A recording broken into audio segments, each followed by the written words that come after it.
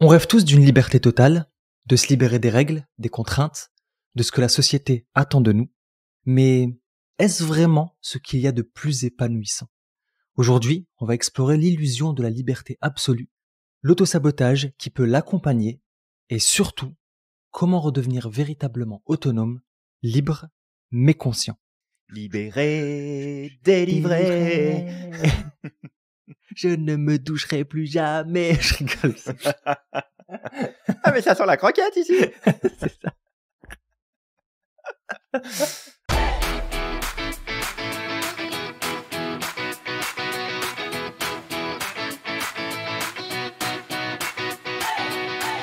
Salut Samy. Salut Julien. Salut à toi qui nous écoutes et bienvenue dans ce podcast délirant de la systémique du bonheur. On espère qu'on te retrouve en pleine forme pour ce nouvel épisode où on va te parler du paradoxe de la rébellion. Tout à fait Julien. Alors effectivement derrière le mot rebelle, on voit souvent, on pense souvent à l'archétype même ultime même de la liberté. Mais en fait, est-ce que on a la bonne définition de ce qu'est le rebelle? Est-ce que le rebelle est vraiment libre? Et ça, c'est une très grande question. Ouais, tout à fait. Parce que derrière cette liberté absolue que certains recherchent à avoir impérativement, il y a une illusion, une grosse illusion. Et on va peut-être commencer par parler de ça dans ce podcast. Parce qu'on va t'amener, toi qui nous écoutes ou nous regardes, tout un tas d'informations qui vont peut-être t'aider à comprendre que la liberté n'est peut-être pas exactement ce que tu penses et qu'elle implique certainement des choses qu'on a tendance à oublier. Totalement. Alors si t'es au volant de ta voiture, tu attaches bien ta ceinture de sécurité. Normalement, tu l'as déjà fait, sinon t'es hors la loi là. T'es peut-être un rebelle. Mauvaise rébellion quand même.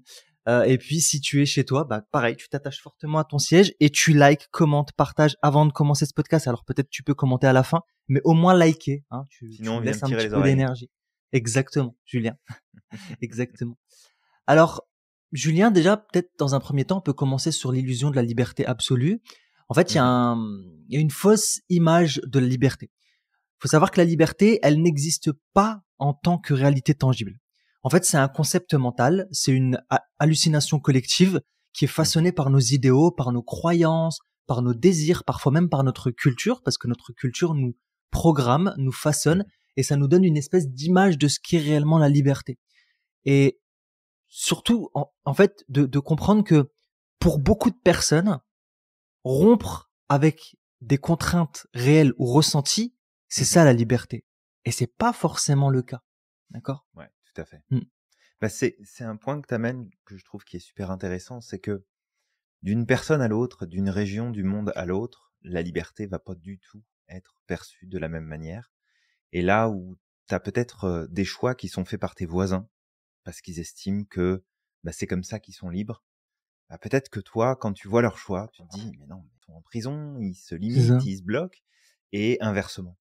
Donc c'est vraiment de comprendre d'abord que cette notion de liberté, c'est avant tout un concept qui est propre à chaque individu, et que du coup, le terme absolu ne peut pas avoir sa place à partir du moment où c'est corrélé à ta propre vision, à toi, des choses.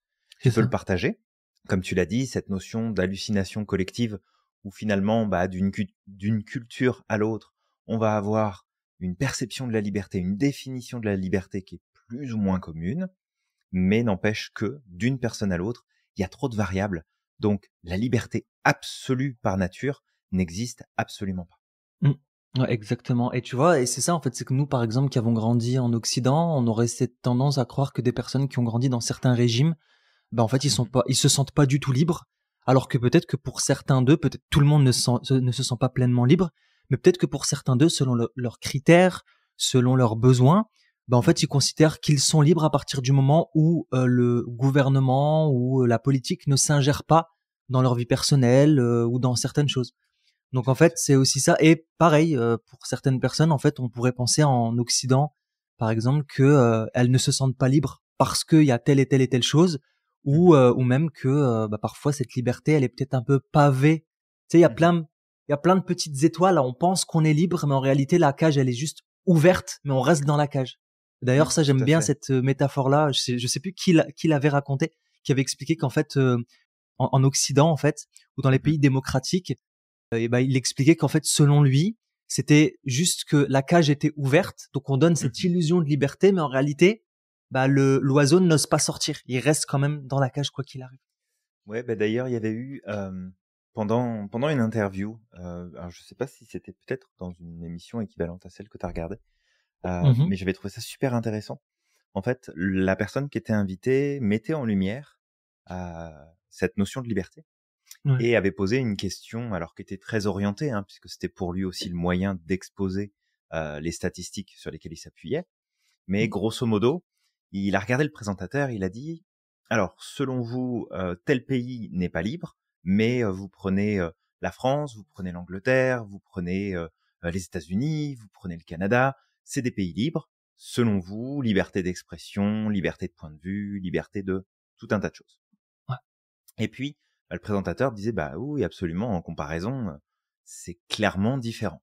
Et en fait, cette personne-là avait ensuite demandé, est-ce que vous savez combien de personnes ont été arrêtées et mis derrière les barreaux pour le discours qu'ils ont tenu et la communication qu'ils ont eue. Et en fait, Mhm. ce qui était hallucinant, c'est qu'il y avait plus de personnes qui avaient été mis derrière les barreaux dans les pays démocratiques et libres Ok. que dans certaines zones du monde ou certaines régions qui étaient considérées comme beaucoup moins libres, où finalement, bon, ben, il n'y avait pas autant d'arrestations, mais c'était vraiment un chiffre qui était, il y avait vraiment un très très gros écart. Mhm. Alors, après là-dessus, on va peut-être mettre un petit peu de nuance, parce qu'on aime ça, hein, à l'Institut, mettre de la C'est nuance. important.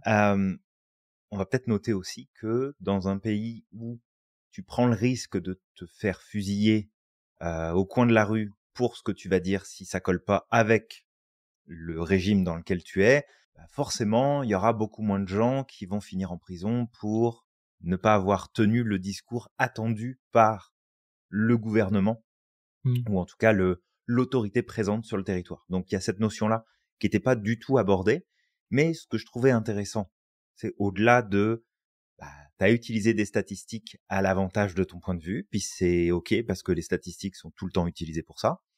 Mais maintenant, c'est est-ce que, du coup, on a le droit de s'interroger sur le fait de dire qu'on vit dans des sociétés qui sont libres et que finalement, on observe des choses qui se passent qui nous disent potentiellement le contraire sur certains points. Ouais. Donc voilà, c'était juste pour amener ça parce que je trouvais que c'était intéressant par rapport à ce que tu amenais. D'amener cette nuance-là, d'amener ce regard-là, et du coup, bah, se poser peut-être d'autres questions par rapport à tout ça. Ouais, c'est vrai. Et tu vois, j'avais vu, alors je sais plus comment il s'appelait. C'était un YouTuber qui s'appelait le Roi des rats, justement. Et alors il fait une vidéo tous les 6 mois, quelque chose comme ça, parce qu'il fait vraiment des documentaires qui sont assez poussés, qui était parti en Corée du Nord. Tu sais, il expliquait que, bah, en tant que personne ayant grandi en France, on s'imagine que les Coréens du Nord, là, ils sont hyper tristes, que ils acceptent pas du tout leur régime, que vraiment ils subissent en fait la vie au quotidien, alors que Mmh. pour beaucoup c'était juste normal pour eux et ils imaginaient pas autre chose. Ouais, Ça faisait peut-être pas partie. d'autres modèles, ouais. Il y a pas d'autre modèle, donc pour eux en fait, ok, c'est tout n'est pas parfait, etc. Mais ils pourraient mourir en fait pour l'équilibre en place. Et en fait ça montre juste à quel point, encore une fois, on va mettre de la nuance, tout le monde n'est pas comme ça, mais pour une personne qui a grandi là-dedans et qui ne connaît pas autre chose, bah en fait nous avec ce qu'on connaît, on pourrait être critique, on pourrait dire oui, mais non, mais ceci, mais eux, ils ont tous envie de se libérer, mais il faudrait peut-être aller les aider, etc. Alors que Le tu vas aller faire complexe ton du sauveur, sauveur, c'est ça. ouais, tu vois, syndrome du sauveur, alors qu'en fait, ils s'en foutent, c'est pas leur priorité. Et même si tu allais les sauver, ils sont Mmh. pas peut-être prêts pour autre chose, parce Oui, que, en fait, ils ont peut-être pas encore évolué sur cette pensée-là ou cette ouais, vision-là et que du coup, et puis, d'où on a la science infuse et d'où c'est ça. on peut arriver quelque part dans le monde en disant: «Mais prenez donc notre modèle, il fonctionne magnifiquement bien, vous allez voir que votre vie va être belle». Bah, si on s'occupait peut-être déjà de nos problèmes, ça serait déjà une C'est bonne chose. exactement ça. Et qui sait si tu les laissais tranquilles, s'ils vont pas développer un modèle qui sera tout aussi viable, mais qui sera différent. C'était un peu Oui, ce qui se passait en Afrique, tu sais, avec la colonisation. Je vais bah, pas je trop pensais rentrer dans le truc. justement en Afrique, Ouais. à la philosophie du Ubuntu, Ouais. Ouais. qu'on n'a pas du tout, en fait, dans les pays d'Occident. Mhm. Pourquoi est-ce qu'on ne pourrait pas laisser cette philosophie-là arriver jusque chez nous et prendre plus de place, en fait, dans l'organisation de notre société, Ouais. ça se trouve, il se passerait des trucs vachement intéressants. Mhm. Il y aurait peut-être moins de disparités dans la société, il y aurait peut-être moins de gens qui sont laissés seuls, il y aurait peut-être moins de troubles psychologiques qui émergent parce qu'il y a de l'isolation, il y a de la solitude, il y a du rejet. Peut-être qu'il y aurait moins de conflits, peut-être qu'il y aurait moins besoin de C'est ça. bâtir des prisons, peut-être Mm. qu'il y aurait plein de trucs qui fonctionneraient mieux. C'est ça. Mais bon, on s'aventure sur un terrain glissant, fait que on va Ouais, voilà, s'arrêter il y a là. des gens qui vont pas être contents après, qui vont commencer à se plaindre et tout. Bah écoute, c'est pas grave, tu changes de podcast, va écouter ces news si tu veux. je, je vais en fâcher Ça va plus être d'un, je encore pire. pense. C'est ça. Mais Avec bon, les énormités qui sortent tous les 4 matins. C'est pas la peine. bah c'est ça, ouais. Mais c'est ça en fait, c'est vraiment ce sentiment d'être auto-centré. De moi, tu sais, je vis dans un territoire là qui représente même pas 5% de la planète, et je pense que moi j'ai la vérité ultime, que j'ai la meilleure culture, que j'ai le meilleur modèle, que j'ai le meilleur ceci. Bah occupe-toi déjà de toi, de ces 5% là, ça serait déjà bien, plutôt que d'aller regarder les 95% et tu sais, tu te noies dans un océan et tu t'oublies toi-même au final. Donc et c'est bref, voilà, c'est super intéressant. Et d'ailleurs c'est vrai que j'avais pensé juste avec l'Afrique où en fait ils avaient déjà des modèles qui étaient viables, il y avait certaines il y a eu des civilisations en Afrique qui étaient super développées et qui avaient leur propre modèle de gouvernance avec qui étaient en accord avec leur propre culture, et ça fonctionnait très très bien. C'est des pays qui étaient quand même assez je vais pas dire développés, mais en avance à une certaine époque où peut-être même en Europe ils étaient dans l'obscurantisme. Et le truc, c'est que de venir de tout bouleverser pour implanter quelque chose qui ne fonctionne pas, c'est comme si tu prends un iPhone et tu veux mettre Android dedans. Il est pas fait pour fonctionner sur Android, l'iPhone. Donc tu vas venir mettre ça et tu vas te plaindre que derrière, oh c'est nul un iPhone, ça bug, ça chauffe, ça plante tout le temps. Bah c'est pas fait pour fonctionner sur Android un iPhone. C'est tout. Donc tu laisses ce foutu iPhone sur Apple, sur iOS, et tu nous casses pas les burnes. Bon, Alors bref. tout ça, peut-être pour revenir quand même à notre sujet principal, la liberté. Cette question de liberté, c'est sûr que c'est une idée qui est super attractive. Maintenant, ce que nous montre, par exemple, la psychologie positive, c'est que la perception de la liberté, ça a un impact direct sur notre bien-être. Mais attention, il y a une nuance à mettre. La liberté sans cadre peut rapidement générer de l'anxiété. Et ça, si jamais ça t'intéresse, toi qui suis cet épisode, tu vas chercher l'étude menée par Deci et Ryan en l'an 2000 sur la Self-Determination Theory, donc la théorie d'autodétermination. Et tu vas te rendre compte que la liberté, c'est cool, mais la liberté sans cadre, et j'ai même envie de mettre tout de suite le terme qu'on va aborder tout à l'heure, sans responsabilité, et en fait, c'est très, très, très problématique. Ouais. Donc, un exemple peut-être qui pourra te parler, toi qui nous écoutes, et c'est peut-être quelque chose que tu vises dans ton mode de fonctionnement. D'ailleurs, on le vise un peu nous-mêmes, hein, on aimerait bien. Oui, tout à fait, et je sais qu'avec le recul, pour avoir pris le temps de regarder justement ce sujet dont on va te parler, il y a des choses que je mettrai en place et il y en a d'autres que je n'appliquerai pas, tu vois. Mais si on parle par exemple des nomades digitaux, donc en fait, c'est des personnes qui parcourent le monde et qui le font à la recherche d'une indépendance vraiment totale, de pouvoir habiter où elles veulent, de pouvoir travailler où elles veulent, de pouvoir en fait vivre le style de vie qu'elles recherchent, tout en travaillant grâce à un métier justement qui se fait à distance à travers Internet, à travers l'ordinateur. Donc ça facilite énormément. Sauf que, en fait, les nomades digitaux vont facilement et souvent rapidement s'épuiser par l'instabilité, le manque de routine et l'isolement social. Totalement. Le paradoxe, c'est qu'on pense souvent que la routine ou l'institution d'un cadre, c'est synonyme de manque de liberté. Et pourtant, c'est le manque de cadre qui est la meilleure manière de créer du chaos. La liberté n'est pas l'absence de contraintes, mais la capacité de choisir les contraintes qu'on va accepter. Et alors là-dessus, toi qui nous écoutes, nous regarde, tu vas te l'écrire en grand quelque part. Il y a différents facteurs qui font que les gens réussissent ou les gens échouent.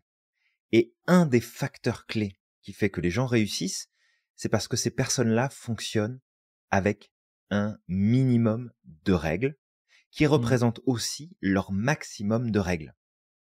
Si t'as pas de règles, tu vas te planter. Si t'en as trop, tu vas te planter aussi. Il y a juste à regarder le fonctionnement de nos administrations. C'est l'enfer. Il y a rien qui fonctionne, il y a toujours un truc qui va pas, puis il faut toujours revenir, faut recommencer, c'est l'enfer. Ouais. Et quand il y a trop de règles, ça marche pas. Quand il y en a pas du tout, ça marche pas non plus.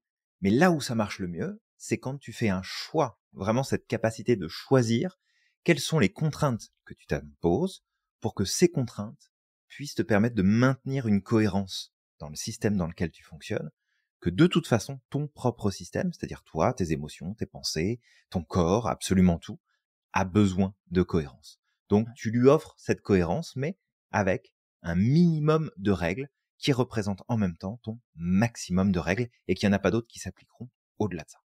Ouais, exactement, ouais. Tu vois, tu as parlé aussi justement des nomades digitaux. Même si effectivement, moi, c'est un truc que j'aimerais bien. Mais tu vois, je le constate ne serait-ce qu'en tant que migrant. Donc, tu sais, j'ai grandi en France, puis je suis venu aux États-Unis, puis aux États-Unis, on a bougé encore, etc. En fait, c'est vrai que le changement de cadre, et encore, tu sais, ça a pris du temps. Tu sais, j'ai pas changé de cadre d'une année à l'autre. Mais déjà, le changement de cadre, même sur 6 années, ça amène, surtout quand il est répété, là, bah, ça amène effectivement ce sentiment d'isolement social, parfois cette espèce de, euh, tu sais, de manque de routine et compagnie, parce que tu changes complètement d'endroit, tu changes complètement d'habitude. Et moi, là, par exemple, ça fait 1 an que je suis à New Haven, et je peux dire que ici, bah, ça me manque par exemple, ne serait-ce que d'avoir des contacts avec des personnes, parce que, bah, je m'étais fait des amis sur Baltimore pendant 5 années. Et là, maintenant, je suis ici et il y a tout à refaire. Et les gens sont différents aussi. À Baltimore, c'était beaucoup plus avenant, beaucoup plus sociable. Tu sais, ils disent bonjour sans que tu les connaisses et tout ça. Alors qu'ici, bah, par exemple, ils sont un peu plus distants.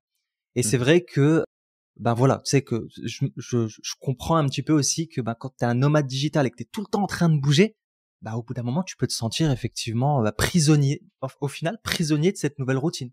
Tu vois, parce que y a pas de cadre. En fait. C'est pas pour rien qu'ils se regroupent aussi. Ouais. Que Oui, finalement, tu as exact. des spots à travers le monde où tu as beaucoup de digital nomades qui vont être là et Ouais. qui vont travailler ensemble, qui vont collaborer ensemble, qui vont passer du temps ensemble, qui vont se regrouper parce que tu as besoin en fait de connecter. Tu as besoin de connecter avec d'autres personnes, tu as besoin d'être dans un cadre où tu te sens en sécurité, où tu as des visages familiers, où tu as des éléments en fait qui reviennent. Parce que oui, tu peux te dire bah je suis full libre et puis si demain je veux partir, je m'en vais, puis je peux aller à une autre place, puis je peux aller à une autre place. Et en fait, très rapidement, tu vas perdre tout le bénéfice en fait de cette liberté-là parce que tu vas manquer de cadre, tu vas manquer de C'est structure. ça. Ouais. Et ça peut Et peser très très lourd sur notre psychologie. On s'en rend ça, pas compte comme ça, mais ça peut peser très très très lourd. c'est vrai, c'est vrai. Et d'ailleurs, on retrouve aussi ça, tu sais, dans les figures anti-establishment qui aiment s'isoler en dehors de la société, qui vivent dans leur petit coin, etc.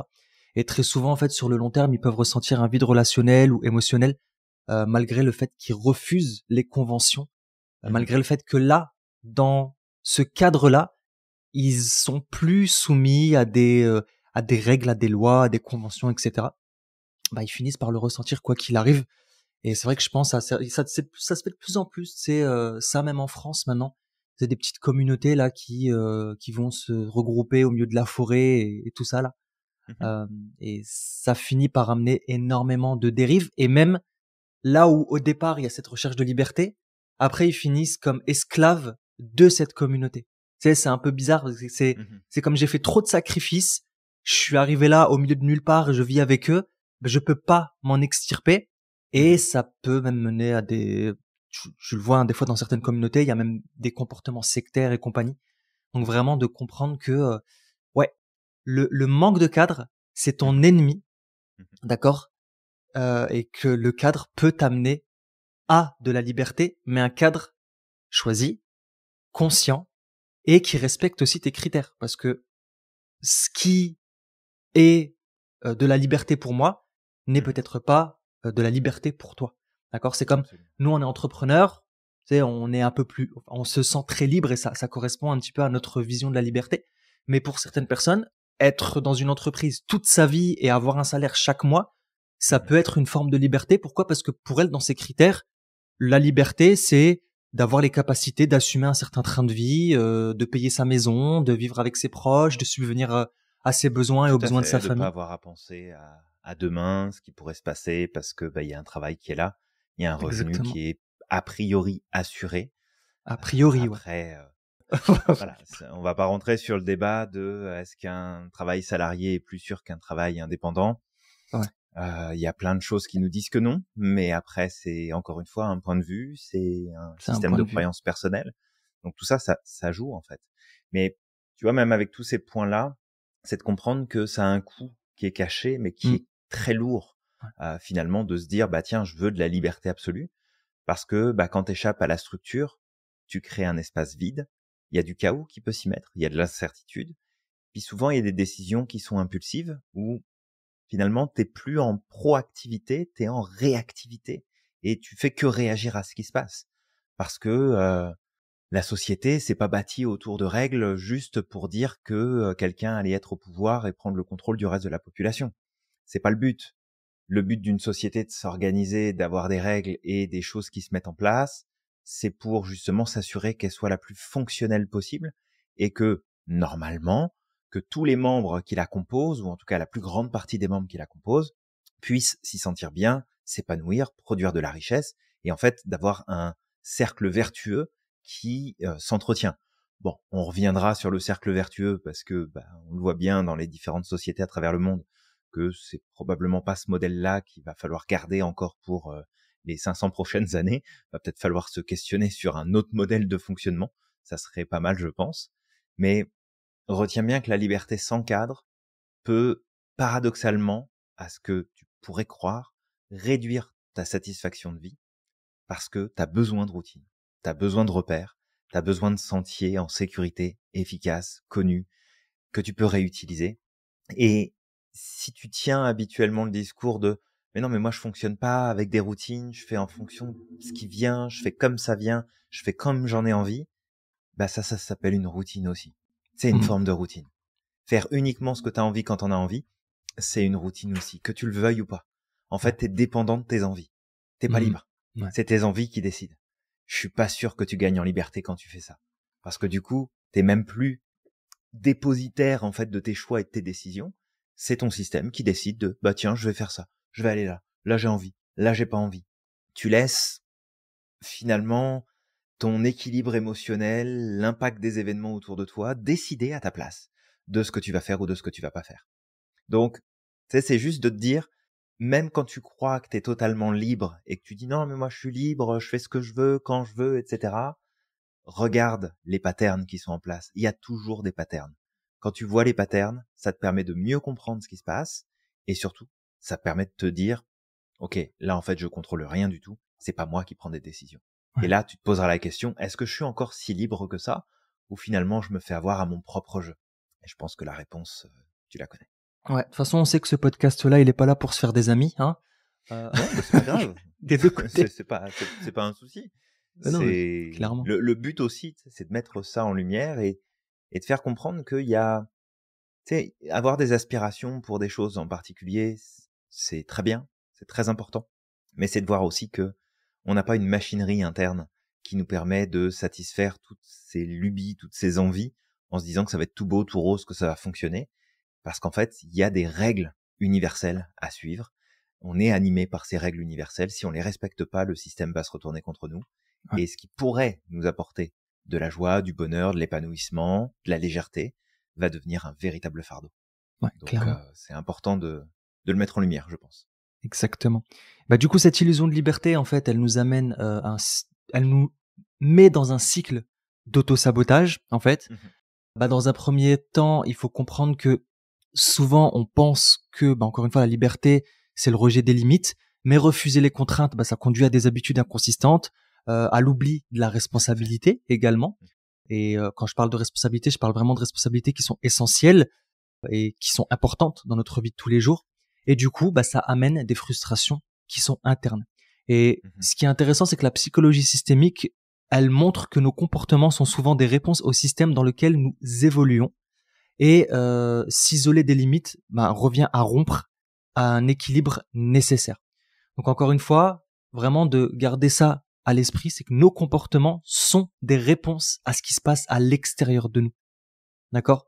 Et sous prétexte que t'es pas d'accord avec ce qui se passe à l'extérieur, tu décides de t'isoler, bah malheureusement, ça va avoir un effet négatif pour toi. Et ça va, comme tu dis, t'emprisonner d'une certaine manière ou d'une autre. Ouais, tout à fait. Ouais. Et c'est cette notion de liberté, bon, elle est nous est très chère à tous les deux, Mm. Samir, et puis il y a Oui. plein de personnes aussi au sein de l'Institut, que ce soit les personnes avec qui on collabore ou que ce soit nos étudiants, nos étudiantes. Il y a souvent cette valeur-là, ce besoin-là qui est très très fort, et c'est de comprendre aussi que c'est l'espèce de défiance qui va te donner ce, ce shoot de dopamine qui va amener vraiment cet effet de je reprends le contrôle, je décide, je défie en fait l'autorité, je défie ce qui est en place.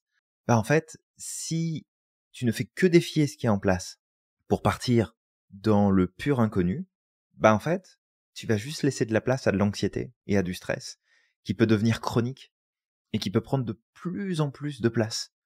Et Mm. qu'en fait, si tu fais ça, tu prends une direction qui est, ah, je vais pas dire damnée, parce qu'en fait, il suffira de remettre de la structure et de faire des choix pour que tu puisses retrouver ta place. Mais en fait, tu vas tellement te placer dans une situation qui est inadaptée et qui est trop incertaine pour ton système que tu vas finir par en souffrir profondément.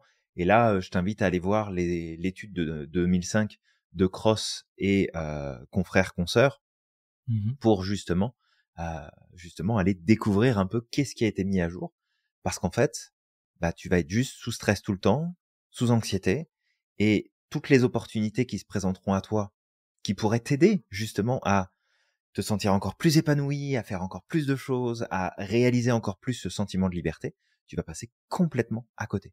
Parce que t'as défié le système et tu t'es dit ouais, c'est bon, ça y est, je suis en pleine liberté. Et en fait, derrière, c'est la descente qui t'attend parce qu'il y a plus de structure derrière et ça, c'est très compliqué. Ouais.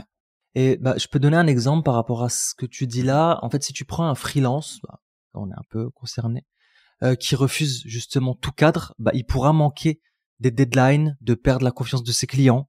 Une personne qui va défier, par exemple, les critiques, bah, va finir par créer des relations tendues et limitées, même Mhm. son potentiel.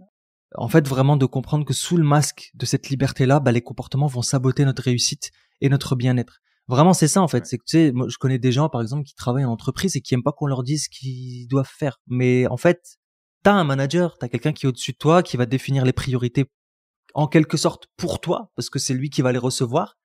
Et ne pas vouloir écouter et en faire qu'à ta tête, bah, t'es d'accord qu'à un moment ou l'autre, ça va venir auto-saboter ta réussite, parce que c'est pas à toi de décider ce que tu dois faire dans l'entreprise. Mhm.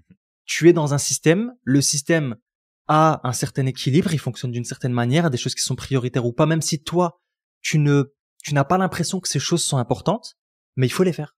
Tu vois. C'est comme, Julien, tu sais, des fois, on parle, je vais te donner un exemple. On parle par exemple des religions, il y a des gens qui disent, ouais, moi je comprends pas pourquoi dans les religions il y a des rituels, etc. Les rituels font partie de ce cadre-là. Ils font partie Mhm. d'un cadre et chaque rituel a un but. Soit ça va avoir un but, c'est pour créer de l'équilibre, pour créer une certaine harmonie au quotidien, parce que tu sais que à tel moment de la journée, bah, tu vas peut-être prier, tu vas peut-être faire telle chose, etc. Donc tu vas Mhm. organiser ta journée en fonction aussi de ces rituels-là, bah, Tout pour à fait. pouvoir t'organiser. Alors que si t'as rien, tu sais, tes journées sont vides, il y a rien qui est ritualisé, etc. Bah, il y a de fortes chances qu'en fait tu vas rien foutre dans ta journée parce que tu vas comme un peu comme une abeille. Tu sais, dès que tu vas voir une, tu vas aller pour butiner une fleur, tu vas en voir une autre qui est un peu meilleure, donc tu vas te diriger vers une autre et finalement tu vas en voir une autre qui est meilleure et tu vas te diriger vers une autre et au final tu vas jamais butiner complètement une fleur, mais tu vas à chaque fois te laisser guider par le moindre truc qui arrive dans ta journée, en fait. Bon, bien sûr, une abeille, elle fonctionne pas comme ça, mais tu sais, c'est une image Tout à que je fait. cherche à donner. Ouais. Ouais, tout à fait. Et tu vois, il y a deux choses qui me viennent en tête. La première, c'est que ce que tu viens de décrire, Mm. c'est un facteur d'échec ou de réussite chez l'entrepreneur. Un entrepreneur qui devient entrepreneur pour la liberté, c'est OK. Maintenant, si tu laisses la liberté dicter le rôle que tu dois avoir en tant qu'entrepreneur, c'est foutu. Tu tiendras 3 mois, 6 mois, 1 an, 2 ans, 3 ans peut-être si tu veux, si tu as un peu de revenus à côté, si tu as un peu d'économie. Mais à un moment donné, tu seras obligé de reprendre un travail. Pourquoi? Parce qu'en fait, tu auras refusé, sous prétexte que tu t'es lancé dans l'entrepreneuriat pour être libre, de répondre aux injonctions de ton entreprise, ce dont elle a besoin de ta part, de ton engagement, de ton travail, de ton temps, de ta priorisation, de tout en fait ce que tu as à faire pour que ton entreprise fonctionne. Et que Mm. sans toi, elle ne fonctionnera pas. Donc si tu fonctionnes en mode moi je suis freestyle, je suis libre, bah t'auras un business qui va se barrer en cacahuète en mode freestyle, je suis libre aussi. Ouais. Fait que ça, c'est la première chose. Et puis la deuxième chose, ça me fait penser, alors je pense qu'on l'avait déjà évoqué dans un précédent podcast, mais ça me fait penser à ce gars, et puis c'est vraiment, ça m'a marqué. Il y a quelques années de ça, j'organisais en fait des conférences, et dans ces conférences-là, j'invitais du monde pour venir partager sur certains sujets, sur certaines expertises. Et parmi les personnes qui sont venues, donc ça s'est déroulé sur plusieurs mois, hein, c'était vraiment des rendez-vous donnés, puis les gens venaient à ce moment-là, bref, sans rentrer dans le détail, et il y a ce gars-là, en fait, qui vient à une soirée qui est organisée, et bien évidemment, comme il y a un public, il y a un timing à tenir, il y a un ordre qui a été présenté, donc je vais voir naturellement ce mec-là, et je lui dis, bah regarde, toi tu vas passer juste après la personne qui est là, donc si tu veux commencer à te préparer, si tu as des questions, si tu as envie de te préparer un peu plus, profites-en. Et là, il me regarde, il me dit, non, de toute façon, moi, j'irai quand je le sentirai. Et donc là, tu sais, je l'ai regardé, je fais, bah non, en fait. Puis t'as accepté de venir sous certaines conditions. Une des conditions, c'est que tu passes là après. Donc, t'as du temps devant toi pour te préparer. Si t'as besoin d'un 2-3 minutes de plus, on va faire patienter le monde, c'est pas très très grave. Mais après, c'est à toi de passer. Non, non, mais de toute façon, moi, j'écoute mon instinct et puis j'y vais à l'intuition et je fais en fonction de ce que mon corps me dit de faire. Okay. Alors, j'ai pris sur moi ce jour-là et en fait, j'ai pris une décision très simple. J'ai dit voilà, si lui, il est pas présent quand c'est son tour, bah ça sera la personne d'après qui va passer. Ouais. Donc, j'ai été voir la personne d'après et j'ai dit regarde, lui, je suis pas sûr qu'il va se sentir de passer, c'est sa décision. Fait que tiens-toi prêt parce que si lui ne vient pas, ça va être à ton tour de passer si c'est OK pour toi.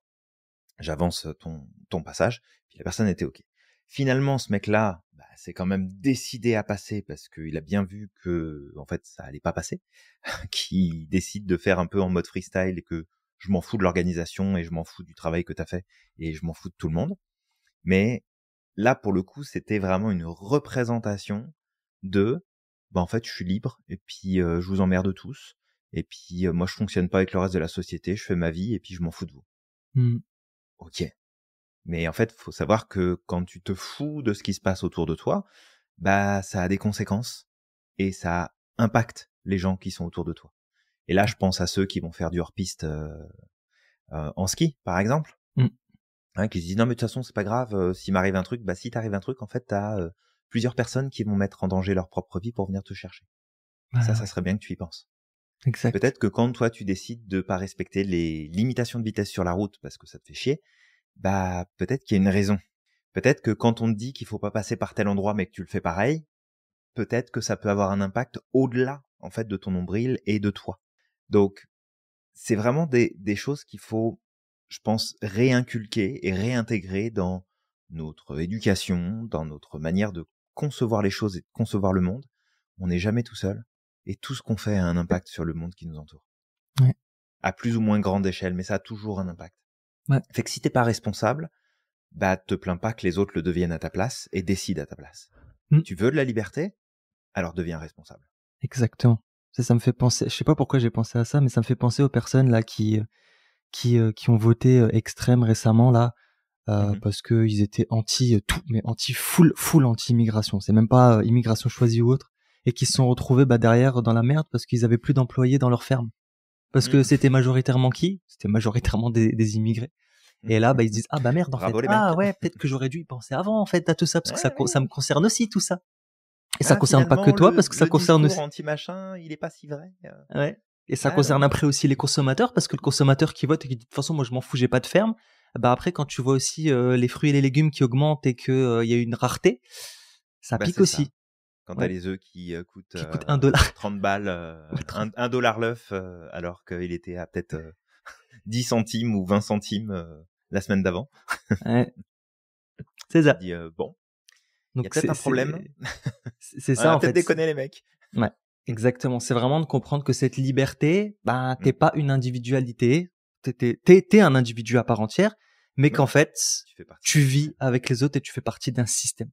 Donc c'est ça qui est drôle, c'est que on est seul, mais on fait aussi partie d'un système. C'est comme la famille. C'est comme un mec qui fonde une famille, qui a des enfants, mais son besoin de liberté le prend tellement que du jour au lendemain, il se barre et il laisse sa famille en plan et ses enfants en plan, en fait. Et les enfants se retrouvent sans père, sans quoi que ce soit, sans comprendre parce que monsieur, en fait, il sait pas gérer sa liberté. Tu vois, il sait pas gérer ce besoin de liberté là. Il s'est dit du coup moi ça me fait chier, j'avais pas prévu, ça m'empêche de partir en vacances. C'est comme ceux qui abandonnent leurs animaux accrochés à un arbre au milieu de la forêt.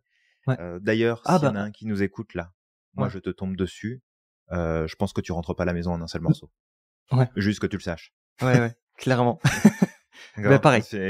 Juste que tu sois au courant de croise pas mon chemin parce que ça va mal se passer. Vraiment. Ouais. Ah, tu mérites des claques. C'est quoi ça me fait penser à un fait divers qui a eu lieu cette semaine, je pense, ou la semaine dernière, en tout cas ce mois-ci, où c'est des parents qui voulaient partir en vacances dans une île. Ça fait des années qu'ils ont épargné, etc. Sauf que ils se sont rendus compte à l'aéroport que le passeport du gamin était expiré depuis plus de 2 mois.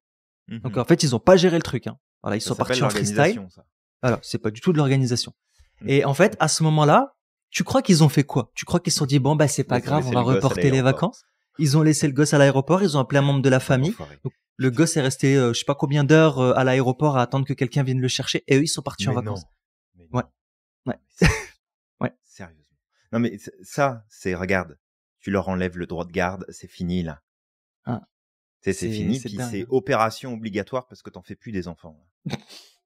Non mais sérieusement, quand tu vois le nombre d'enfants, parce que je parlais des animaux, ça me révolte, mais les enfants c'est pareil, ça me révolte aussi. Bah ouais. C'est 2 types d'individus différents, mais ça me révolte dans les 2 cas. Mais je te jure, des fois je me dis que il faudrait un permis pour avoir des enfants. Parce que t'as des gens qui sont pas faits pour avoir des enfants. C'est pas parce que tu peux le faire qu'il faut le faire. Ouais. C'est pas parce que t'as l'appareil reproducteur qui est fonctionnel que tu dois l'utiliser en fait pour après donner naissance et en fait pourrir des vies et avoir des adultes qui seront jamais fonctionnels, des adultes peut-être même qui ne deviendront jamais adultes tellement ils sont pas fonctionnels, juste parce que tu dis tiens ça peut être cool en fait d'avoir des enfants. Non, en fait, c'est pas cool d'avoir des enfants, c'est pas cool d'avoir un chien, c'est pas cool d'avoir un chat. Ça s'appelle avoir une responsabilité envers un autre être vivant. Et prendre un engagement profond et pour le reste de ta vie, ou en tout cas le reste de sa vie, dépendant de combien de temps ça dure, que tu vas t'en occuper. Que tu vas lui apporter et lui donner ce dont il a besoin pour vivre, être en pleine santé, s'éclater, prendre du plaisir, avoir une vie décente. Et moi, ça me... je pense que ça doit s'entendre, mais franchement, ça me révolte. Moi, demain, il y a une loi qui passe pour dire on va donner un permis pour pouvoir faire des enfants. Je pense que je suis le premier à aller voter pour. Ouais, pas parce que je veux t'enlever ta liberté. C'est parce qu'en fait, tu ne sais pas l'utiliser, ta liberté. Fait que si tu sais pas l'utiliser, ne l'utilise pas, s'il te plaît. C'est ça. Regarde, si t'as envie de te jeter d'un pont, vas-y. Enfin, c'est ta liberté de mettre fin à tes jours si tu veux. Mais n'implique pas d'autres personnes dans le lot. Et la plupart de tes décisions vont impacter d'autres personnes. Ouais. C'est drôle parce que ça me fait penser, bon, après ça c'est un sujet un peu à polémique, la pandémie, etc. Mais ça me fait penser juste surtout à quelque chose qui a eu lieu après la pandémie. C'est-à-dire que je connais beaucoup de gens qui, après la pandémie, c'est qu'ils soient pro, pas pro, etc., peu importe, en fait, qui se sont mis et qui ont pris conscience que, en fait, on peut porter un masque pour protéger les autres quand on est malade, ne serait-ce que d'une grippe ou autre chose, tu vois. Et qui se sont mis à ils en portent tout le temps. C'est ça, au Japon, ils le font, en Chine, ils le font aussi. Moi, je le fais maintenant, c'est quand je suis vraiment malade, en fait, je vais mettre un masque parce que j'ai pas envie de refourguer ma grippe à une personne âgée ou une personne qui peut-être a des défenses immunitaires qui sont déficientes. Donc, tu vois, je le fais par respect, mais je ne le savais pas avant, en fait, que tu sais, j'avais jamais pensé à ça avant. On n'y avait jamais pensé. C'est ça. Ouais. On n'y avait jamais pensé parce que ça faisait pas partie de notre éducation ou de notre culture. Et en vrai, ça fait quoi de mettre un masque parce que t'es malade? Tu mets un masque. Ça fait rien. Là. C'est pas grave, là. Tu vas pas manquer d'oxygène. Je connais des gens qui couraient avec leur masque. Donc, tu vois, c'est pour dire à quel point ça ne te tue pas. Mais tu vois, par exemple, récemment, il y a quelques mois, j'avais été à la mosquée et il y a un mec qui était malade, il toussait, etc. Et l'imam, en fait, s'est un peu énervé, bon, gentiment, mais tu sais, à la fin, il a fait un petit sermon, il a dit, bon, écoutez, les personnes qui sont malades, là, on l'a déjà dit dans des prêches, là, je le dis maintenant, là, durant la prière, vous êtes malade, vous n'êtes pas obligé de venir à la mosquée, vous restez chez vous, vous priez chez vous, il y a aucun souci avec ça, et si vraiment vous voulez venir ou vous êtes de passage à côté, etc., mettez un masque. On a des personnes âgées, on a des enfants, on a des personnes qui ont peut-être des problèmes de santé, ou peut-être des maladies beaucoup, tu sais, pas des maladies qui se transmettent, mais des maladies qui sont quand même assez graves, comme des cancers, etc. Et en fait, épargnez-les de vos maladies. Vous n'êtes pas obligé de les partager, en fait. C'est donc, et moi, j'avais apprécié en fait son discours. Et en fait, encore une fois, pourquoi je parle de cette histoire-là? Ben, en fait, c'est en lien avec ce que tu disais avec les enfants. C'est quoi le trait commun à tout ça? C'est le manque de responsabilité. Si tu ne te sens pas responsable, t'en as strictement rien à faire et que tu penses pas à l'impact de tes actes sur autrui, sur la société, sur tes enfants, sur tes animaux, etc. Ben, en fait, pourquoi tu veux en prendre? Pourquoi tu veux des enfants? Pourquoi tu veux une certaine liberté que tu n'es pas capable de toi-même d'assumer au final? Parce que ma liberté aussi, c'est d'être respecté. Ma liberté, c'est aussi que si t'es malade, tu viens pas me tousser dans la gueule, par exemple. Tu vois, la liberté de ton gosse, c'est au moins d'avoir le strict minimum, une bonne éducation, d'être respecté, d'avoir un nom convenable. Parce que je connais aussi des parents qui donnent des noms complètement préjudiciables à leurs enfants. Tu dis, ok, est-ce que tu penses au harcèlement qu'il va vivre dans sa vie, tu vois? Et c'est ça, en fait, le trait commun. C'est que si t'es pas responsable, te plains pas. J'ai trouvé un prénom super mignon pour mes enfants. C'est mignon jusqu'à l'âge de 5 ans. Puis après, vas-y. C'est ça. Vas-y, allez. On va voir comment ça va se passer pour la suite, quoi. C'est ça. Mais si t'es pas responsable, te plains pas quand t'enlèves certaines libertés. T'es pas responsable. Grandis et puis on verra après. On est en train de quoi. tenir un discours. On va se faire taper sur les doigts. Mais je m'en fous. Mais en fait, c'est on vrai. Tape. En fait, même ces personnes qui sont en quête de encore une fois, de cette illusion de liberté, mais du tout, en fait, vraiment du tout en termes de liberté, eux-mêmes ne supportent pas que quelqu'un empiète sur ce semblant de liberté. Tu vois ce que je veux dire? Mais par contre, eux, il faut qu'ils fassent chier les autres. Tu vois? Donc c'est remettons en question aussi quelque part, tu vois? C'est faut pas trop en demander. je sais pas. Bon, ce podcast-là, je crois qu'on va se faire des ennemis là. On va perdre encore des followers. C'est pas grave. C'est pas grave. Je suis certain qu'on dit tout haut ce que beaucoup pensent tout bas.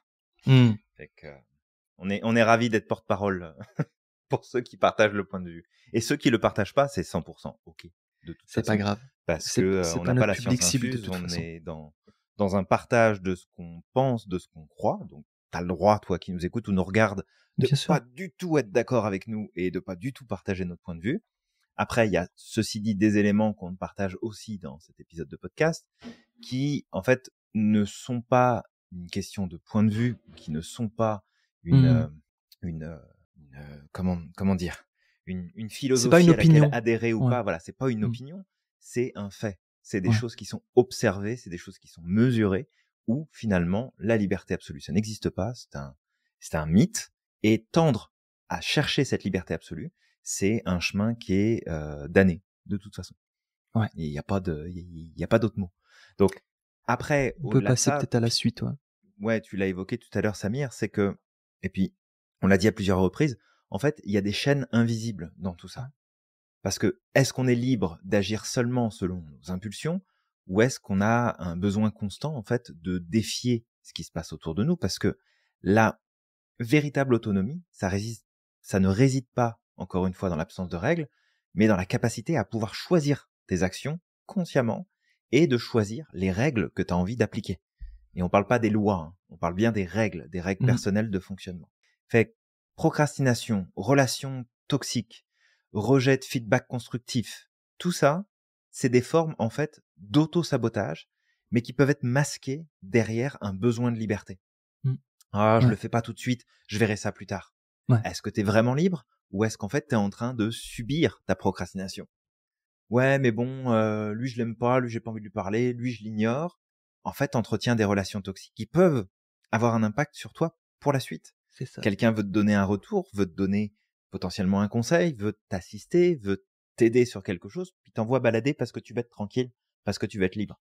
En fait, tu viens peut-être de fermer la porte à la dernière personne que tu croiserais pour les 10 prochaines années, qui aurait été en mesure de pouvoir t'aider sur le point sur lequel t'arrives pas à avancer aujourd'hui.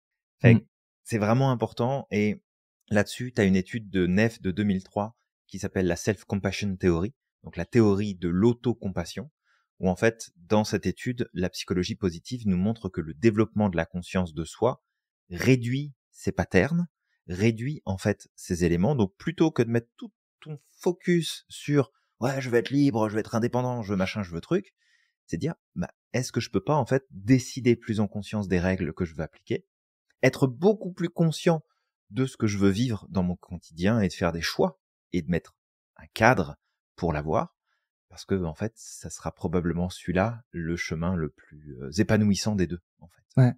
C'est ça, c'est ça. Et d'ailleurs, ça me fait penser à quelque chose quand tu disais, ne serait-ce que, ouais, bah lui, je l'aime pas, j'ai pas envie de lui parler, je veux pas, ne serait-ce qu'avoir tu sais, un échange avec lui là. Tu sais, ça me rappelle une amie, c'était une collègue en fait, qui était donc dans sa classe, il y avait un mec qu'elle ne supportait pas, elle ne pouvait pas le blairer, mais vraiment, elle ne pouvait pas le blairer. Et tu sais, si tu pars de cette posture là, de toute façon, moi je parle à qui je veux et les autres je m'en fous. Il y a même pas de diplomatie ou de bah en fait on vit dans une même société ou dans un même écosystème, donc il faut un minimum quand même de relations. Bien sûr, je suis pas obligé de tout accepter, mais il faut un minimum quand même parce qu'on travaille ensemble. Bah en fait, figure-toi que cette personne est devenue son mari parce que le jour où elle a dépassé ses préjugés, où elle a été, bah, tu sais, elle a échangé avec lui, elle s'est mélangée en quelque sorte avec lui. En fait, elle s'est rendue compte que, au final, bah, toutes ces a priori qu'elle avait sur lui étaient complètement faux. Tu vois? Et imagine, tu sais, si elle était drivée par, encore une fois, cette espèce d'illusion de liberté de je parle à qui je veux, j'envoie chier qui je veux, un tel, je veux pas qu'il rentre dans. Bah, en fait, elle serait passée à côté, tu vois? Et c'est ça, en fait, c'est que tu passes à côté de beaucoup de choses parce que tu te fais manipuler par tes propres, tu sais, tes propres mécanismes de fonctionnement dans ton cerveau, en fait. C'est ton cerveau qui te manipule. Exactement. Ouais. C'est comme les gens qui envoient chier tout le monde et qui disent de toute façon moi je suis quelqu'un d'authentique, c'est comme ça que je suis et puis je suis droit dans mes bottes, bah oui, OK. Est-ce que t'es pas en train de te faire manipuler aussi par ton cerveau qui te viens fait pas te croire plaindre que quand t'auras plus une seule relation fonctionnelle dans ta vie et que t'auras l'impression que tout le monde te déteste ou que t'arrives jamais à maintenir une relation stable ou peu importe. Ouais. Que en fait le reste du monde va être ton ennemi, mais que ce sera jamais de ta faute. C'est Et ça. d'ailleurs, il y a cette citation de Nietzsche sur laquelle je suis retombé il y a pas longtemps, qui est super intéressante. C'est que tu peux passer toute ta vie, en fait, à blâmer d'autres personnes pour la misère que tu vis au quotidien, mais qu'à la fin de tes jours, la seule personne qui sera responsable de ton malheur, eh ben, c'est toi. Exactement. Bah j'aime cette citation de Nietzsche. Merci à Moi aussi. Nietzsche. Si tu nous écoutes de là où tu es, hein. Salut à toi. Absolument. Merci d'avoir formulé ça de manière aussi claire et aussi impactante, parce que ça pique, hein. Ça fait mal aux oreilles d'entendre ça, mais en même temps c'est tellement vrai, c'est tellement juste. On est notre pire ennemi. Ah oui, le diable, oui. il se cache pas dehors là, il se cache dans notre tête. Et si on n'est pas cadré un minimum, il prendra toute la liberté, lui, de prendre toute la place et de faire ce qu'il veut. Exactement. Et bah d'ailleurs, tu vois, on peut embrayer sur la suite, c'est justement d'apprendre à faire cette distinction entre la liberté, la rébellion impulsive. La rébellion impulsive, c'est une illusion de liberté. Pourtant, elle est perçue pour certains comme étant la forme ultime de liberté. Ben non, en fait, t'es en proie à tes besoins, tes désirs, tes émotions, tes mécanismes, en fait, tes mécanismes de défense parfois. Tu vois? T'es un pantin de tes automatismes. Donc voilà, alors qu'en fait, la liberté, ou plutôt la libération constante, elle implique de faire des choix et d'être aligné avec des valeurs, d'avoir un cadre. Et c'est ça, en fait, c'est qu'on l'a déjà dit, Julien. On lutte souvent contre l'autorité extérieure sans se rendre compte qu'en fait, on est parfois nos propres geôliers. On est prisonnier de nos besoins, de nos désirs et de nos biais. Et les gens à l'extérieur, que ce soit les politiques, que ce soit ton manager qui a de l'emprise sur toi, que ce soit un gourou de secte, etc., il ne fait qu'utiliser tes mécanismes contre toi-même. Absolument. C'est ça. Toi, t'es là, t'es en train de dire c'est de la faute de l'autre. Ben non, c'est peut-être que toi aussi, tu sais pas gérer tes mécanismes intérieurs et que quelque part, et ça, je sais que ça va faire mal. Ben, en fait, il faut savoir que toi, tu contractualises avec l'autre quelque part. Parce que c'est un peu comme si tu avais un contrat, que l'autre qui est en train de te manipuler, tu signais le contrat pour lui dire je te lègue ou je te donne plutôt le droit de me manipuler. Tu vois. Exactement. Et je sais que ça pique, d'accord? Parce qu'on a cette tendance de dire... Non, c'est pas vrai, Samir, c'est pas de ma faute si je suis manipulé, c'est parce que l'autre, c'est une mauvaise personne. Ah oui, ouais, mais tu leur as donné... Tu lui as as ouvert donné la porte. les clés, en fait. Ouais, t'as donné les clés, t'as ouvert la porte. Et c'est pas un reproche que Samir est en train de te faire ou que moi je suis en train de te faire. Ça peut arriver à tout le monde. Je suis le premier à être passé par des situations vraiment compliquées et des expériences dont je me serais largement passé.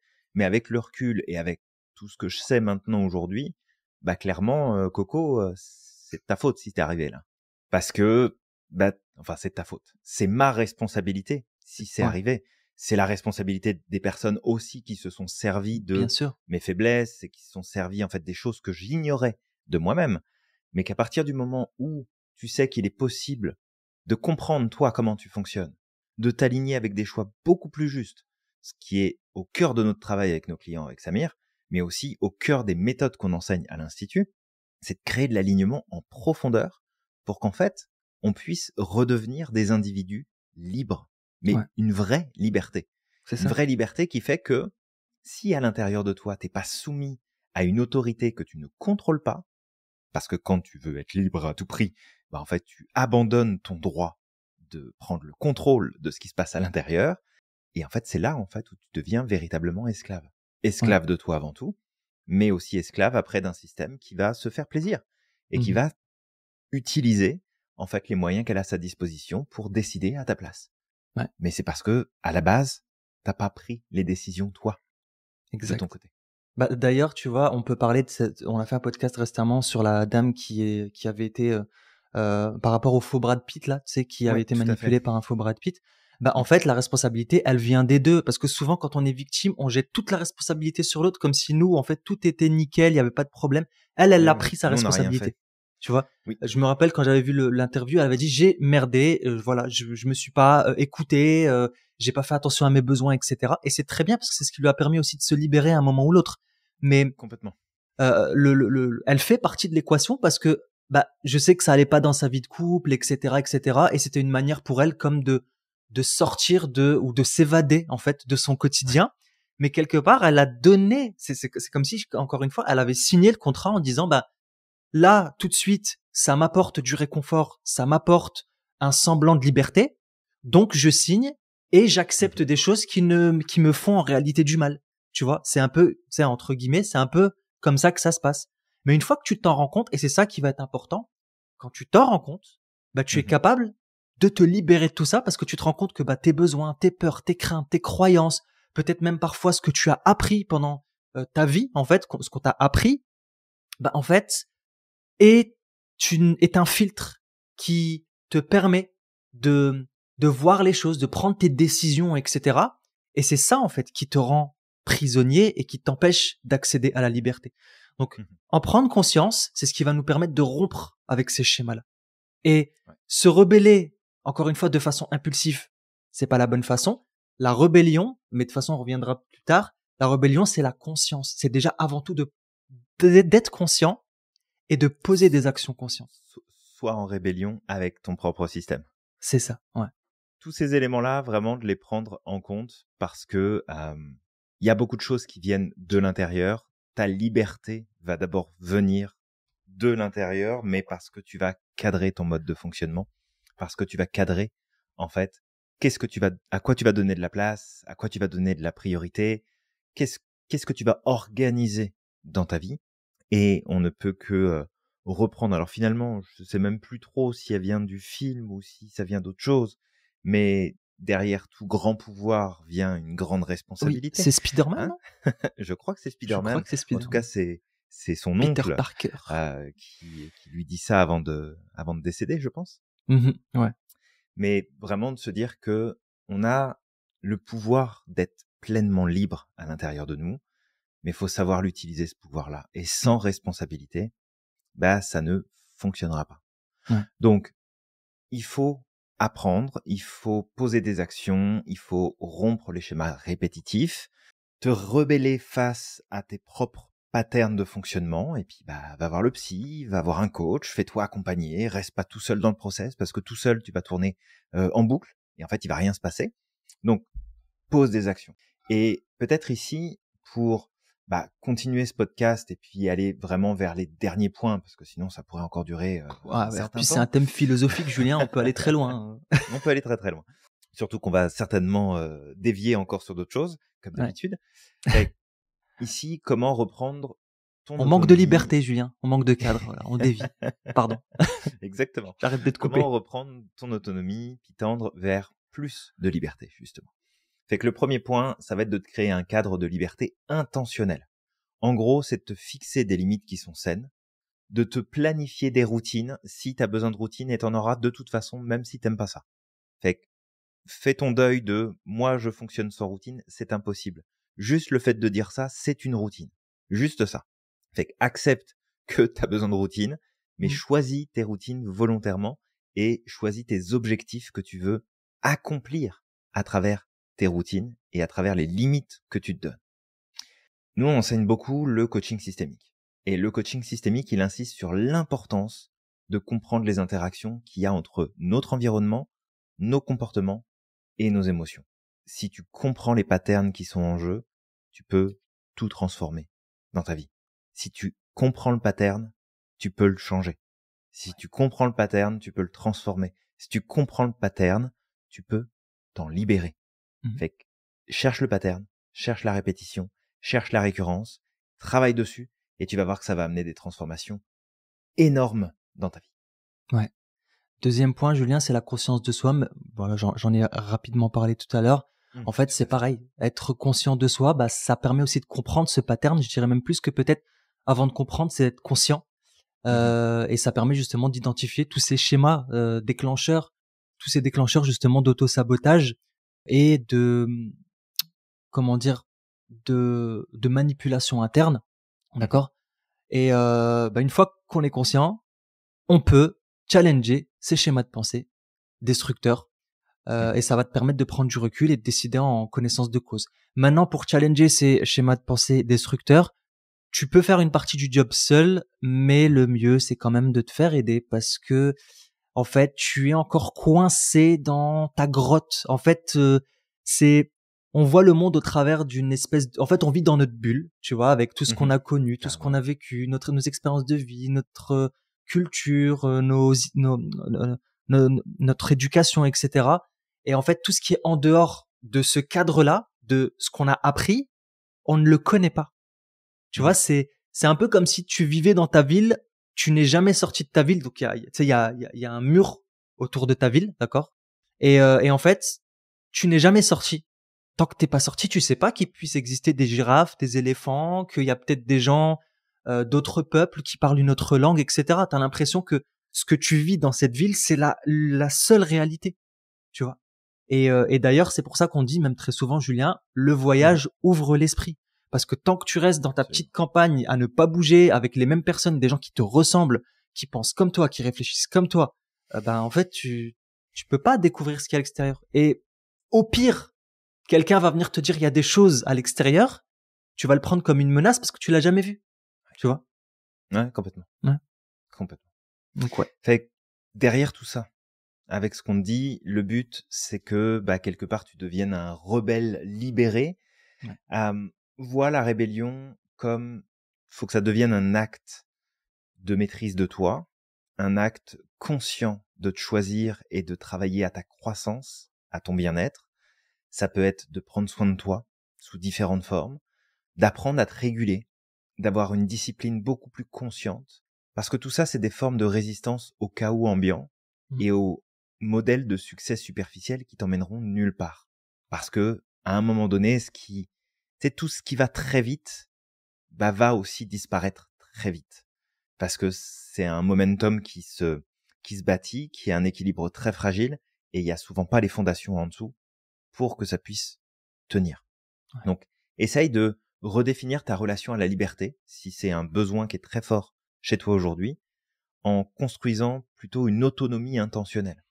Pose des limites, choisis tes engagements, agis en fonction de tes propres valeurs, et tout ça, ça va te conduire en fait à avoir une vie qui va être plus épanouissante et qui va te permettre aussi de te rendre beaucoup plus libre en fait au final. Ouais. Fait que peut-être qu'on terminera du coup cet épisode de podcast avec un dernier point qu'on a évoqué à plusieurs reprises, mais c'est vraiment de trouver ton équilibre grâce à la responsabilisation. Ouais.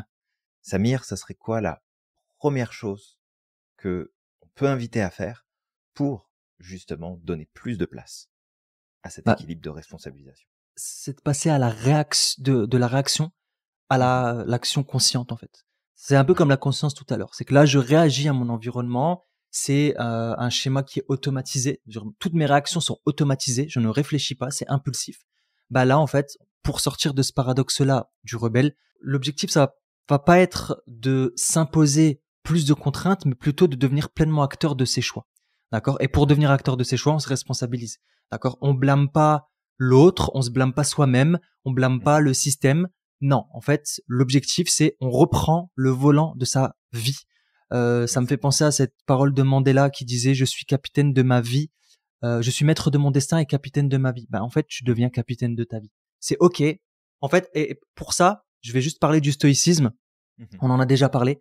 Le stoïcisme nous permet justement de faire cette différence entre ce qui est sous notre contrôle et pas. Ce qui est hors de notre contrôle, à l'extérieur, les décisions d'autrui, les décisions politiques, le temps qui, tu sais, le temps, le fait qu'il pleuve ou pas, ça c'est hors de notre contrôle. T'as beau te plaindre, t'as beau dire c'est de la faute des autres et tout ça, si c'est de la faute de la pluie si je suis pas parti à mon rendez-vous. Par la fenêtre là. Ouais, c'est ça. C'est de la faute de la pluie là si j'ai pas été à mon rendez-vous. T'as qu'à t'organiser en fait. T'as le pouvoir de prendre une décision consciente et de dire écoute, il pleut, je sais pas, je vais prendre un Uber, je vais me prendre un parapluie, je vais attendre qu'il arrête de pleuvoir et je vais envoyer un message à la personne pour dire écoute, on attend que l'averse passe et puis on se retrouve. Ça c'est ton pouvoir. Mais il y en a en fait, ils se mettent en petite boule et disent non, c'est mort, c'est de la faute. Non, en fait, au bout d'un moment, c'est OK, il y a une réalité, mais moi qu'est-ce que je peux faire? Et c'est ça en fait qui va être important. Tout à fait. Merci pour ça Samir.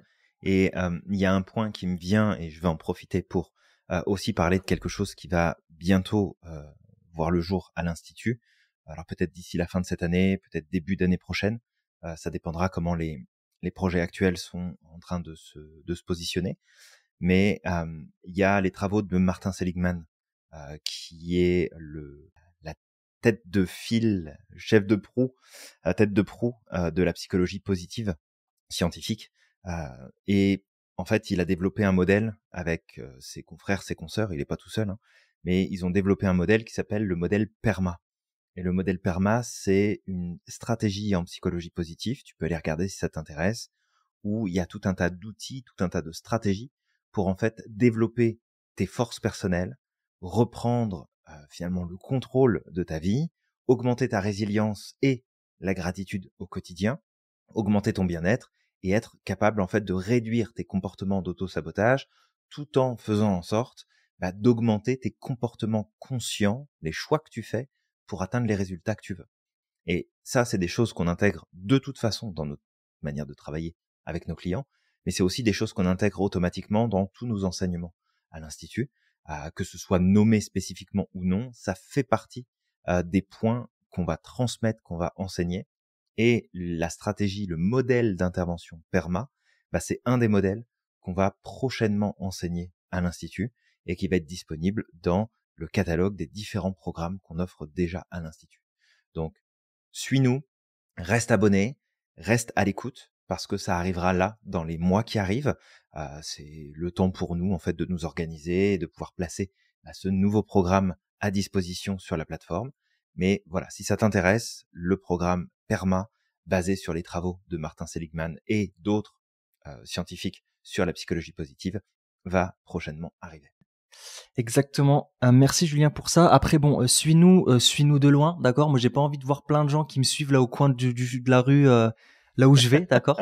Bon, heureusement je suis au States. À la trace. Et Samir, le PERMA, c'en est où? Samir.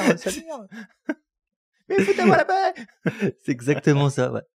Alors peut-être juste un dernier truc Julien que je vais ajouter, c'est que dans ce chemin de la prise de conscience et du fait de poser des actions conscientes, en fait tu peux faire du journaling, d'accord? Tu peux prendre un journal, une feuille, des feuilles, peu importe, ou même sur ton smartphone, et de noter. C'est à chaque fois que tu prends conscience de certaines choses, de noter un petit peu c'est quoi tes mécanismes, dans quelle situation tu réagis, t'es en réaction par exemple, comment ça se passe ces réactions-là, tu sais, tu décortiques les choses, et au moins déjà, t'es conscient, et ce que tu peux mettre après juste en dessous ou juste à côté, ce serait qu'est-ce que moi je pourrais poser comme action consciente dans ces moments-là. C'est plutôt que d'être en proie à mes mécanismes, moi je décide dans ces moments-là, plutôt que de réagir automatiquement comme ça, de faire ça.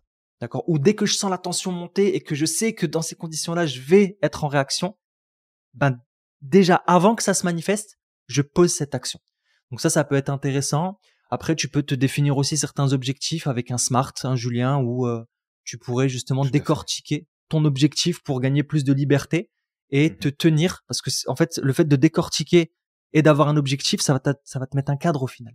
C'est ce qui te manque potentiellement aujourd'hui. D'ailleurs, Julien, tout à Exactement. l'heure, tu parlais même ne serait-ce qu'en organisation, le fait d'être freestyle. Je disais que j'étais freestyle jusqu'au jour où j'ai eu ma fille. Bah alors déjà, c'était un modèle qui fonctionnait pas 100%. Ça fonctionnait, d'accord, mais pas toujours bien. Il y a des jours où c'était plus compliqué que d'autres. Il y a des jours où ça allait. Mais les jours où ça allait, je pensais être freestyle, mais je l'étais pas. C'est surtout ça le truc. Ouais. J'avais Bah, c'est une déjà, super prise de conscience.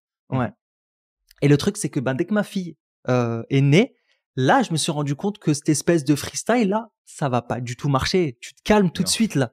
Tu vas reprendre ton Tu te contrôle. détends. Et le truc, c'est que c'est ça, c'est qu'après tu te rends compte. J'ai vécu beaucoup de périodes de frustration parce que je me rendais compte que ça t'impactait aussi à ce moment-là. Peut-être qu'avant c'était moindre parce que j'arrivais quand même à avancer, parce que j'avais une journée complète pour rattraper si vraiment à un moment ça allait pas. Bah là non, mon temps était limité dans la journée et je me suis rendu compte pendant le moment où j'ai perdu contrôle total. Je me dis mais merde en fait, Julien c'est mon partenaire d'affaires, je m'engageais à ses côtés, j'ai pas envie de le voir galérer, j'ai pas envie de ceci. Et rappelle-toi Julien, Ça met combien au de fois je t'ai score. dit c'est ça. Combien de fois je t'ai dit Julien, je ne me sens pas j'en arrivais jusque là de me dire je me sens pas digne en fait d'être ton partenaire d'affaires et je me sens pas j'ai l'impression que je te paralyse plus qu'autre chose, tu vois. Et toi tu avais cette tendance à me recadrer et tout ça. Mais tu vois vraiment pour te dire Je te après tu mettais des rentres paires dans de un claques. cercle. Ouais, c'est ça. Bah tu rentres dans À l'auto-sabotage. distance. Voilà, Bah, c'était de c'est ça. Après, tu rentres l'auto-sabotage dans au final. l'auto-sabotage. Mais c'est une super prise de conscience, en fait, qui est forcée quelque part. Ça aurait été Oui, mieux que elle tu était la forcée, ouais. fasses finalement par toi-même, par tes propres moyens. Après, là, elle a été forcée par le changement de rythme, le Mm. changement d'environnement, le changement d'obligation personnelle avec l'arrivée de ta fille. Et Ouais. c'est clair que dans ces moments-là, bah, t'as le choix de en fait, c'est de la faute de ma fille, c'est elle qui prend tout mon Ah non, temps, non, non. La et du coup pauvre. de devenir un parent frustré qui en veut à son enfant d'avoir transformé Mm. sa vie, Pauvre alors que bon, fille. c'est pas elle qui a demandé à venir, hein. Bah c'est Et ça. la deuxième chose, c'est que bah en fait, tu peux te dire bah non, en fait, ça vient mettre en lumière des choses qui étaient dysfonctionnelles, mais qui étaient euh, finalement masquées par un équilibre semblant d'équilibre qui était là, Mm. et que ça se tenait à peu près. Et du coup, bah c'est ça, on fait des prises de conscience. Donc c'est un level up que ça fait. C'est cool. Bah, c'est ça, c'est exactement ça. Donc C'est un voilà, chouette en level tout up. cas, responsabilisation hyper important, hein, et puis cadre, vraiment. Exactement. Alors avant de finir, je vais avoir deux petites choses à te partager. La première, c'est de te rappeler, puis je pense qu'on ne le rappelle pas assez souvent, et je pense aussi qu'on va le faire beaucoup plus souvent. C'est Mhm. que notre volonté avec Samir, en créant l'Institut Merlin et en créant tout ce contenu, c'est pas seulement de donner de la formation et de l'information, c'est aussi pour répondre à une vision qui est importante pour nous, de vivre dans un monde où chaque individu est libéré en fait de ses ombres et devient totalement autonome pour qu'on Ouais. puisse avoir un monde qui devienne fonctionnel sans les institutions et sans les cadres euh, nocifs et les systèmes débilitants avec lesquels on fonctionne aujourd'hui dans notre quotidien. Fait qu'on a, au-delà de vouloir former, de vouloir accompagner des personnes qui sont passionnées comme nous par l'humain, par la psychologie de l'humain, de pouvoir contribuer à amener du changement, c'est aussi une personne à la fois et d'autres personnes à la fois à travers les personnes conformes, de pouvoir dire on est en train de bâtir, grâce à tout ce petit monde-là, un monde dans lequel chaque individu devient libre et devient parfaitement autonome et parfaitement fonctionnel, enfin parfaitement, le plus fonctionnel possible pour que tous ensemble on puisse bâtir une société qui ressemble à quelque chose. Donc il y a aussi cette dynamique-là qui est derrière. Et la deuxième chose, du coup, je veux te dire ici, c'est que ta liberté ne dépend pas de ce que tu refuses, mais de ce que tu choisis consciemment de construire. En prenant ta responsabilité, celle de tes pensées, de tes émotions, de tes actions, tu cesses d'être prisonnier de tes impulsions et tu deviens l'architecte de ta propre autonomie, de ta propre vie, et tu peux contribuer à bâtir un monde meilleur. Fait que si ça te parle, que tu te retrouves dans notre vision, dans notre mission, fais passer le message autour de toi, ramène du monde, viens travailler avec nous si tu as des choses à proposer, viens te former avec nous si tu as envie d'apprendre des méthodes justement qui vont te permettre d'avoir cet impact-là. Mais on n'est pas juste là pour donner de l'info, on n'est pas juste là pour former, on est là pour accomplir une mission, et cette mission-là, elle sera accomplie d'une manière ou d'une autre.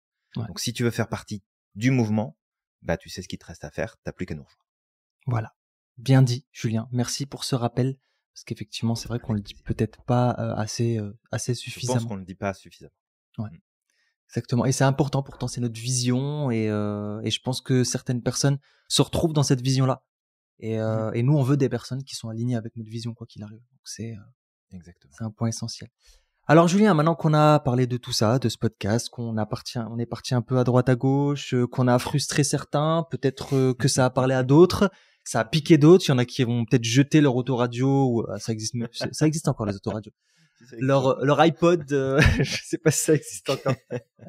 Par Ils la ont mis le fenêtre. feu à la radio. C'est ça. Rébellion totale. Voilà, juste de comprendre que notre objectif, c'est pas d'être lissé, c'est pas de te faire plaisir, c'est pas de te dire ce que tu veux entendre. D'accord? Notre objectif, c'est d'amener une prise de conscience. Nous-mêmes, on se pique constamment avec Julien. Regarde, Julien, cette semaine, tu m'as fait passer un test sur l'auto-entrepreneuriat. Je t'ai dit que ça piquait les réponses, tu vois. Ça m'a fait mal, tu sais, sur le coup de voir que... Je sais. Ouais. Ça m'a fait mal de voir certains de mes, en quelque sorte, certaines choses qui vont pas aujourd'hui et que je dois développer. Mais c'est nécessaire, en fait. Parce que, tu sais, il faut, des fois, il faut enlever le pansement, en fait, de la plaie, et on sait que ça va faire mal sur le coup, mais après, ça lui permet aussi de ça guérir. va piquer un peu, Donc, mais ça nous redonne le pouvoir. C'est ça qui est chouette. c'est ça. Et toi, de comprendre surtout qu'on n'est pas là, c'est pas du jugement qu'on fait, même si parfois on est un peu sur un ton un peu sarcastique sur certains sujets et tout. C'est notre manière aussi de faire de l'humour. C'est quoi ce truc-là? C'est quoi ce mot? C'est quoi cette insulte? Donc voilà, des fois, c'est aussi notre manière de faire un peu d'humour et surtout d'amener un peu de légèreté, d'accord? Puis de te faire réagir. C'est pas orienté, ouais, de faire réagir. C'est pas orienté, c'est pas une critique ou un jugement. C'est surtout justement pour créer des prises de conscience, et nous-mêmes, on est concernés par ce qu'on est en train de te raconter. Et donc voilà, donc toi qui nous écoutes, de comprendre que c'est pas de la critique ou autre, c'est surtout pour créer des prises de conscience. D'accord? Exactement. Et on espère en tout cas qu'avec toi et qu'avec toutes les personnes qui nous écoutent, on va pouvoir aider le monde à se porter mieux, parce que là, en fait, Julien, on est dans un puits et ça creuse, mais je sais pas, là, on est sur une pente là sans limite. Je sais pas ce qui se passe. L'humanité nous démontre à quel point on peut toujours creuser un peu plus. Même quand on pense qu'on a touché le fond, on peut continuer à creuser un peu plus. Ça dépend de toi qui nous écoutes, ça dépend de nous, ça dépend en fait de chaque individu. Et on rêve d'un jour où l'humanité va se réveiller et va se rendre compte que c'est pas les institutions qui font le monde, mais ce sont ses habitants qui font le monde. Et que si les habitants décident de faire les choses différemment, les institutions n'auront pas le choix que de s'ajuster. C'est ça. Et c'est pas qu'on n'a pas besoin d'institutions. On a besoin des institutions. On en a besoin. Mais on en a besoin, mais pas c'est à nous de driver. Ouais.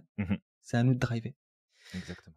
Donc voilà, écoute, toi qui nous écoutes, on t'invite à liker, commenter, partager ce podcast, partager un grand monde autour de toi, pour essayer en tout cas de rendre les gens un peu plus responsables, puis aider à construire une société beaucoup plus saine. Et puis on t'invite à croire au maximum en ton potentiel et de ne pas oublier d'être extraordinaire chaque jour. N'oublie pas non plus à quel point t'es magique et que t'as le pouvoir de réaliser absolument tout ce que tu souhaites. Et on te dit à la prochaine. À la prochaine.